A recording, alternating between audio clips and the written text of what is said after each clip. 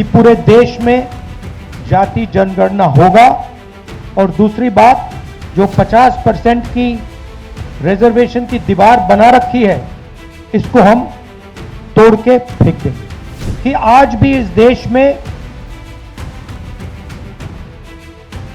अति पिछड़ा वर्ग है, दलित हैं, आदिवासी हैं, अल्पसंख्यक हैं, जिनको जितनी भागीदारी मिलनी चाहिए नहीं मिलती है। इस सच को पूरा देश पहचानता है।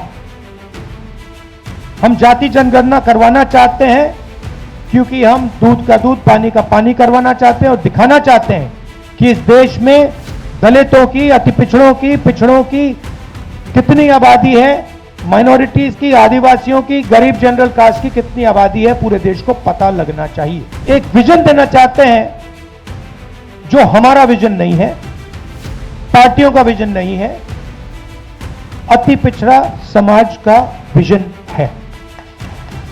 और ये जो हमारे पॉइंट्स हैं, 10 पॉइंट्स हैं, ईबीसी एट्रोसिटी प्रिवेंशन एक्ट,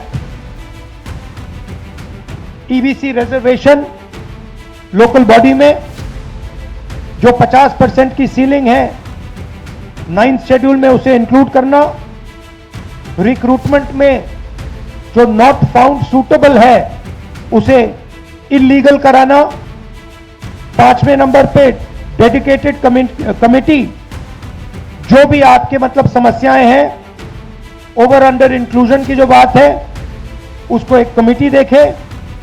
जिनके पास जमीन नहीं है, इसको आप अच्छी तरह सुनिए, जो लैंडलेस लोग हैं, SC, ST, EBC, OBC community के जो भी लैंडलेस हैं बिहार में, उनको 3 डेसिमल रेजिडेंशियल जमीन अर्बन एरियाज में देने का काम। ऐतिहासिक काम है ये। आधी सीटें यूपीए के अंदर जो आरटी के लिए हैं वो EBC, ST, ST, OBC के लिए रिजर्व है। ये अगला सुनिए, EBC, SC, ST, OBC के लिए गवर्नमेंट कॉन्ट्रैक्ट्स में 25 करोड़ के जो कॉन्ट्रैक्ट्स हैं उसमें 50% रिजर्वेशन है।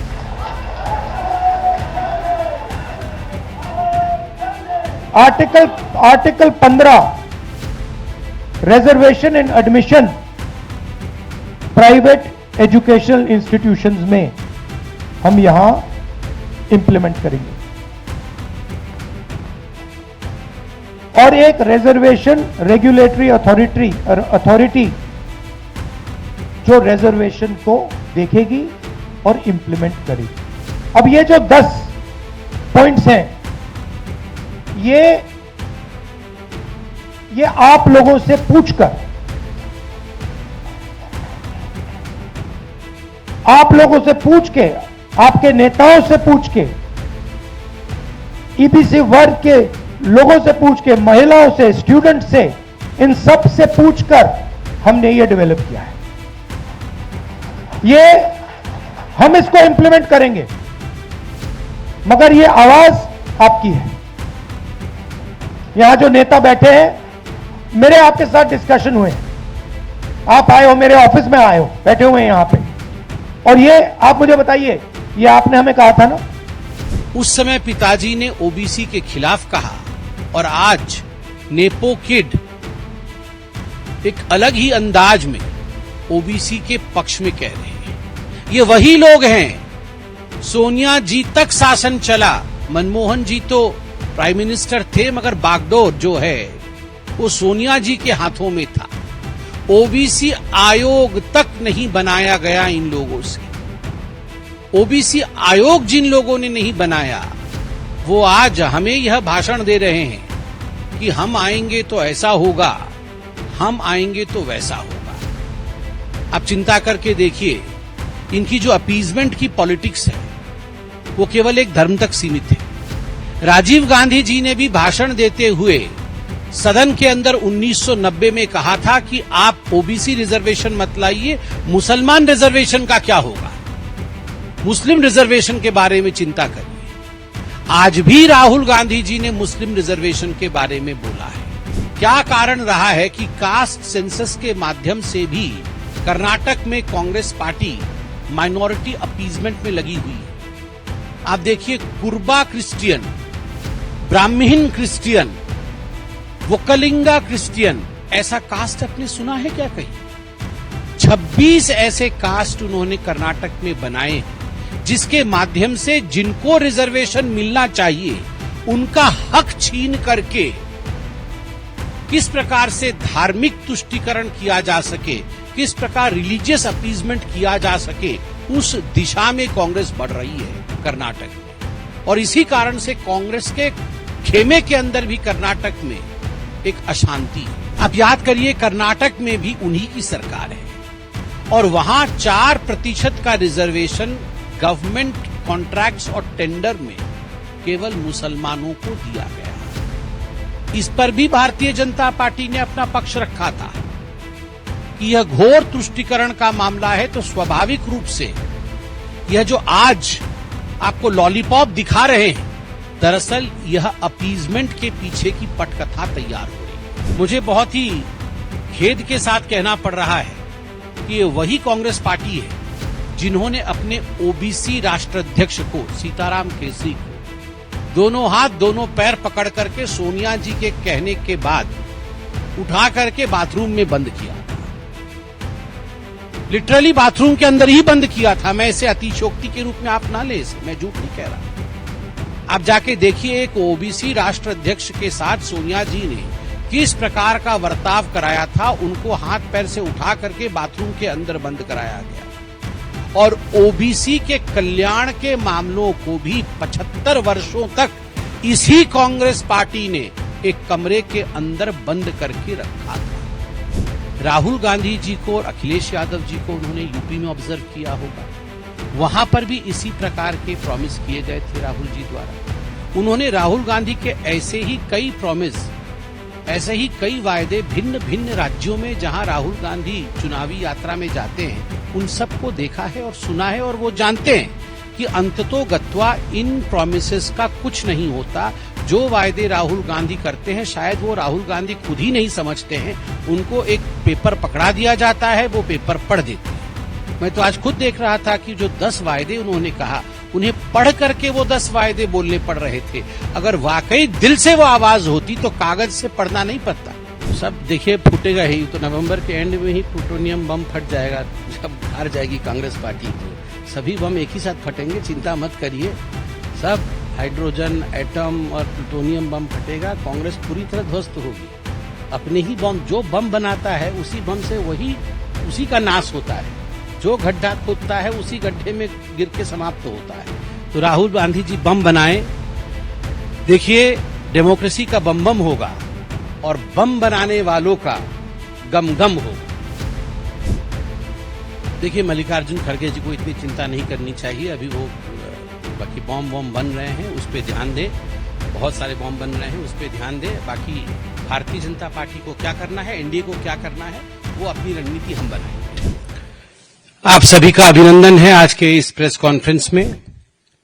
अभी थोड़ी देर पहले बिहार की पुण्य भूमि से नेपो किड का हमने वक्तव्य सुना है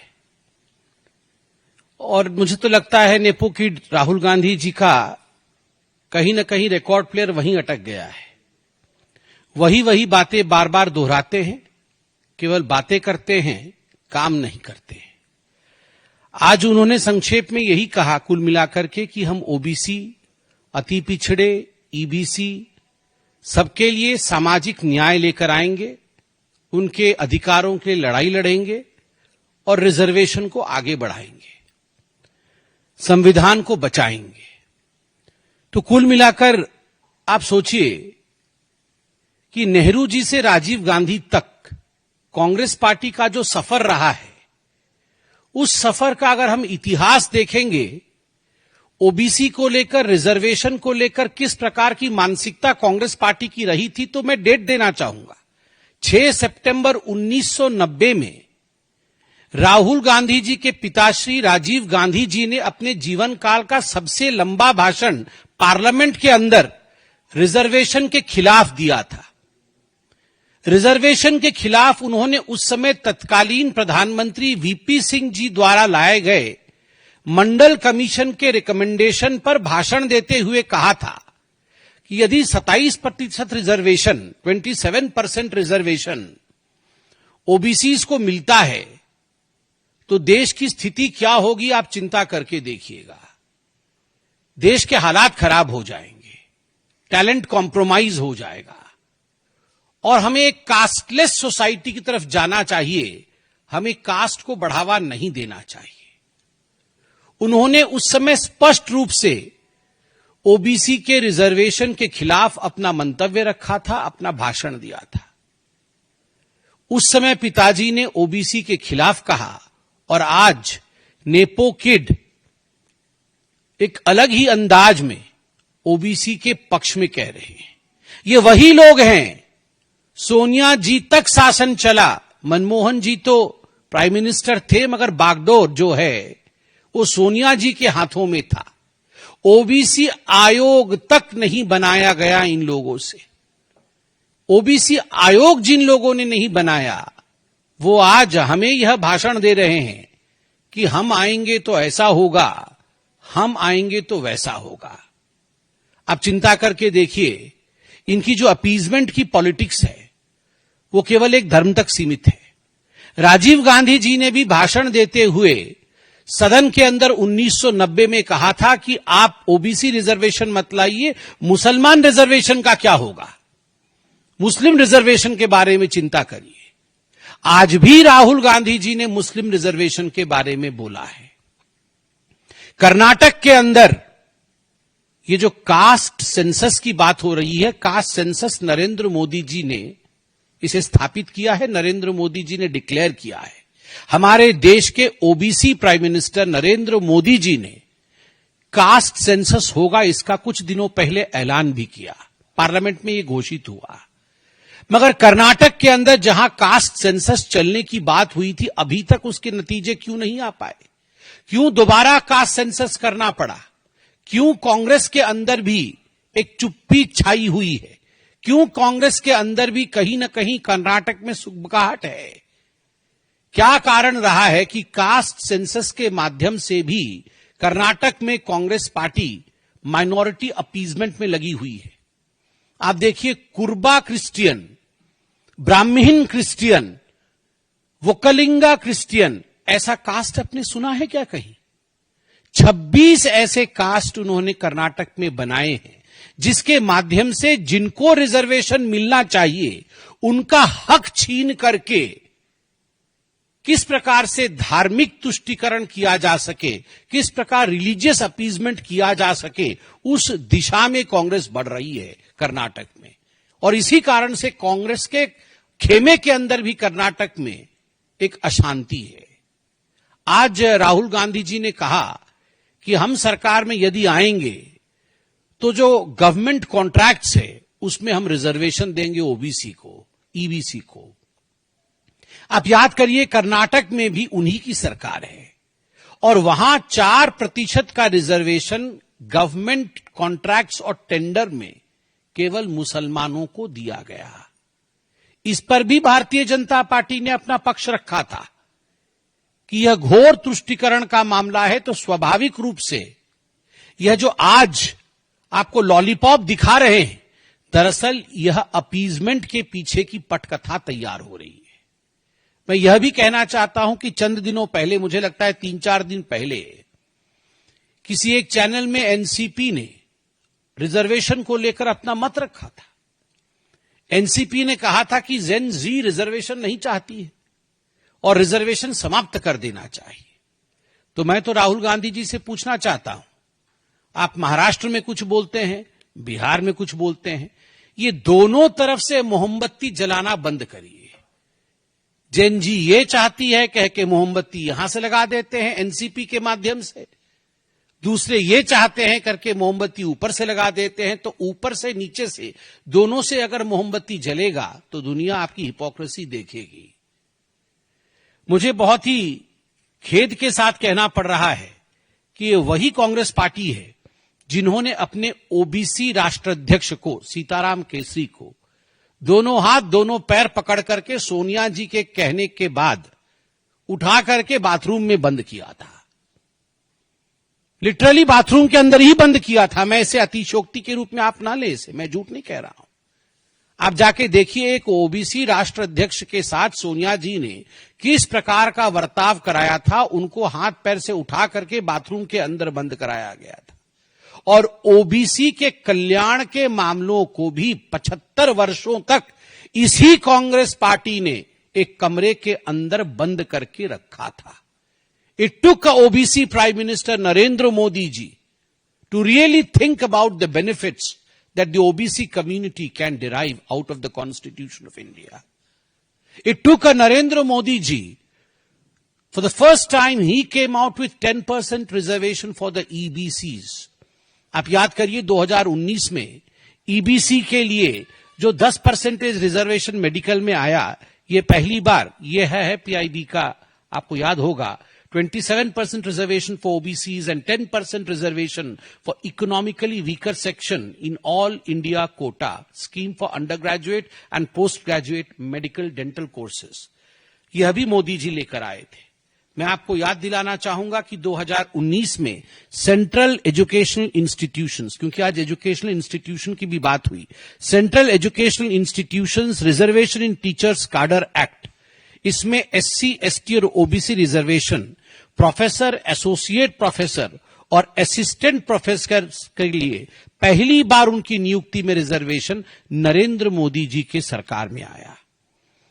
और आज तो मुझे बड़ा आश्चर्य हुआ, राहुल गांधी कह रहे थे कि देख रहे हैं ना यूपी में क्या हो रहा है, जात की आधार पे आपको प्रोटेस्ट करने नहीं दिया जाएगा यूपी में। मुझे तो समझ में नहीं आ रहा है।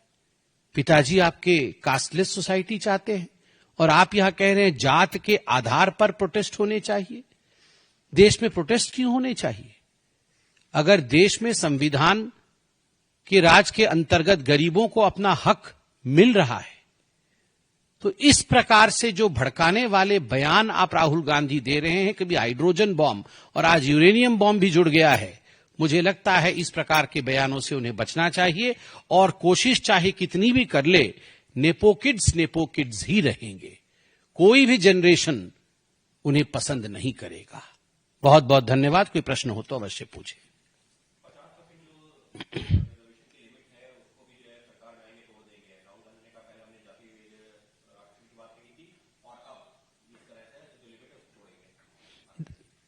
देखिए, हिमाचल प्रदेश से लेकर कर्नाटक से लेकर तमाम उन राज्यों में, तेलंगाना में, जहां कांग्रेस पार्टी शासन में है, ऐसे में 10 बिंदु आपको गिना दूंगा जो उन्होंने प्रॉमिस किया है और अभी तक डिलीवर नहीं किया है। ऐसी ऐसी स्कीमें हिमाचल प्रदेश में प्रॉमिस की है, मगर अभी सैलरी तक देने के पैसे नहीं। और जहां तक सीलिंग तोड़ने का विषय है रिजर्वेशन का, यह विषय पॉलिटिशियंस का है ही नहीं। यह विषय तो पार्लियामेंट से बाहर कोर्ट का विषय है। तो क्या कहना चाहते हैं राहुल गांधी कि वो कोर्ट हैं? तो हमारे इस पॉलिटिकल सिस्टम में, डेमोक्रेसी में, लेजिस्लेटिव, एग्जीक्यूटिव और जुडिशियरी बाबा साहेब अंबेडकर जी द्वारा बनाया गया प्रणाली है। उस प्रणाली को अगर वो तोड़ने की बात कर रहे हैं तो मुझे लगता है केवल दिखावे के लिए कर रहे हैं। मैंने आपको उदाहरण दिया, 10% ईबीसी का कोटा पहली बार लीगली अबव द 50% देने का काम अगर किसी ने किया तो वो नरेंद्र मोदी जी ने किया है, और वह भी टेक्निकल आधार पे, तथ्यों के आधार पे और लीगल बेसिस रखते हुए 10% बढ़ाया हमने 50% के ऊपर ईबीसीज के लिए।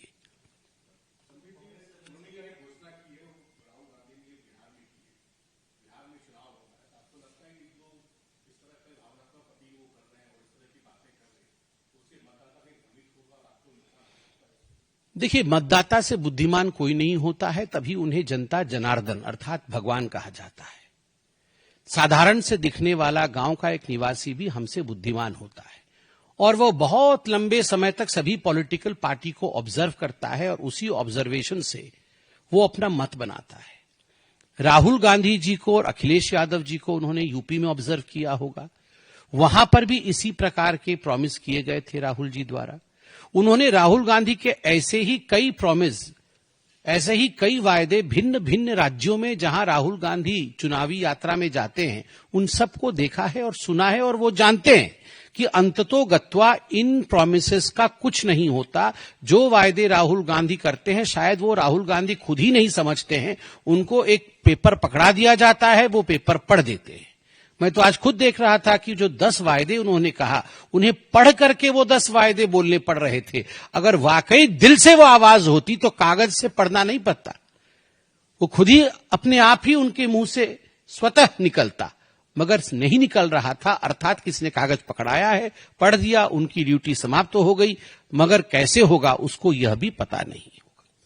सवाल इधर से है कि कांग्रेस का नया रिसर्च सामने आया है। जयराम रमेश जी ने कहा है कि राहुल गांधी जी हाइड्रोजन बम के बाद अब जल्दी प्लूटोनियम बम फोड़ने वाले हैं और 15 सितंबर से 15 अक्टूबर तक इस अभियान में 5 करोड़ लोगों के हस्ताक्षर जोड़े जाएंगे और सभी हटाकर चुनाव आयोग को दिए जाएंगे। प्लूटोनियम बम फटेगा, सब देखिए फूटेगा ही, तो नवंबर के एंड में ही प्लूटोनियम बम फट जाएगा। जब हार जाएगी कांग्रेस पार्टी तो सभी बम एक ही साथ फटेंगे, चिंता मत करिए।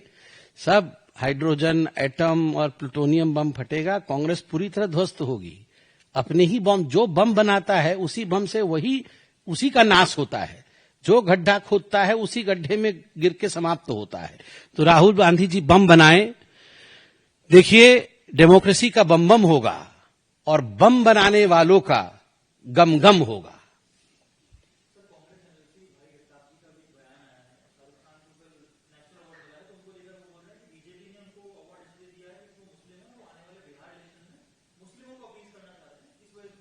अब मुझे अब ये नहीं पता है।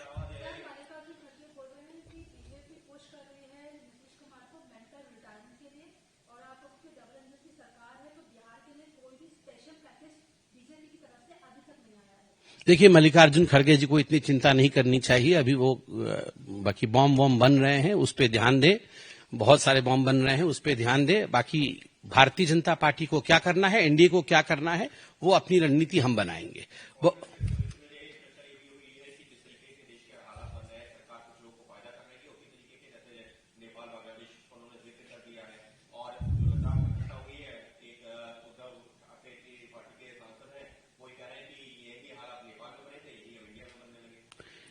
देखिए इस प्रकार की जो सोच है, चाहे वो कांग्रेस पार्टी के कुछ नेताओं की हो, चाहे वो किसी भी पॉलिटिकल पार्टी के नेताओं की हो, कि वो नेपाल, बांग्लादेश इत्यादि की हालत भारतवर्ष में करेंगे, तो उनको याद होना चाहिए कि भारतवर्ष कोई 1947 के बाद बना हुआ देश नहीं है। हजारों हजार वर्ष का यह सिविलाइजेशन है। यह एक इतना बड़ा सिविलाइजेशन है और इनके हमारे नागरिकों के मन में जो आध्यात्मिक चेतना है वही भारत का बल है। और यह भी याद रखिए, जनता रोज टीवी देखती है, अखबार पढ़ती है और विश्व में क्या हो रहा है, भारत में क्या हो रहा है उन्हें पता है। वो देखते हैं उनके प्रधानमंत्री को कि उनके प्रधानमंत्री सुबह से शाम तक उनके लिए क्या करते हैं, किस प्रकार से प्रधानमंत्री आवास योजना मिलता है, किस प्रकार से 80 करोड़ लोगों को राशन मिल रहा है, किस प्रकार से शौचालय मिल रहा है, किस प्रकार से एलपीजी सिलेंडर मिल रहा है। ये सारे बेनिफिट्स जनता जनार्दन खुद, जिसको अंग्रेजी में टेंजिबल बेनिफिट्स कहते हैं, वो महसूस करती है इन बेनिफिट्स को छू करके। इसलिए भारत को किसी और के साथ कंपेयर करना, ये ख्वाब देखना और यह सोचना कि बिना मेहनत किए हमें सत्ता मिल जाएगी, यह मुझे लगता है एक बहुत बहुत खराब सपना है। It's a nightmare, I would say, for the politicians of the opposition party from which they should save themselves. There is no other substitute to hard work. परिश्रम का कोई सब्स्टिट्यूट नहीं है।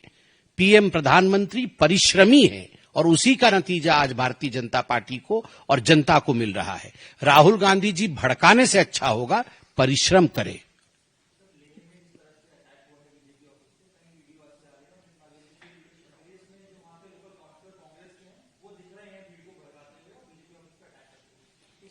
देखिए, आपने सही कहा कि जो अभी बीजेपी ऑफिस पे अटैक करने की कोशिश की गई थी, उसमें जो कांग्रेस के काउंसिलर हैं, उनके फोटोज भी सामने आ रहे हैं। यह तथ्य भी हमने अभी देखा है, टीवी के माध्यम से देखा है। स्वाभाविक रूप से कांग्रेस पार्टी, खास करके राहुल गांधी, ये चाहते हैं कि देश में एक अफरा तफरी का माहौल वो बनाएंगे। मगर एक बात याद रखिए, ये कभी संभव नहीं है कि देश में अफरा तफरी का माहौल बने, क्योंकि भारतवर्ष के लोग शांति प्रिय लोग हैं और भारतवर्ष के लोग ये पार्थक्यता कर सकते हैं। They can differentiate between a hard working prime minister and a non performing leader of opposition. धन्यवाद।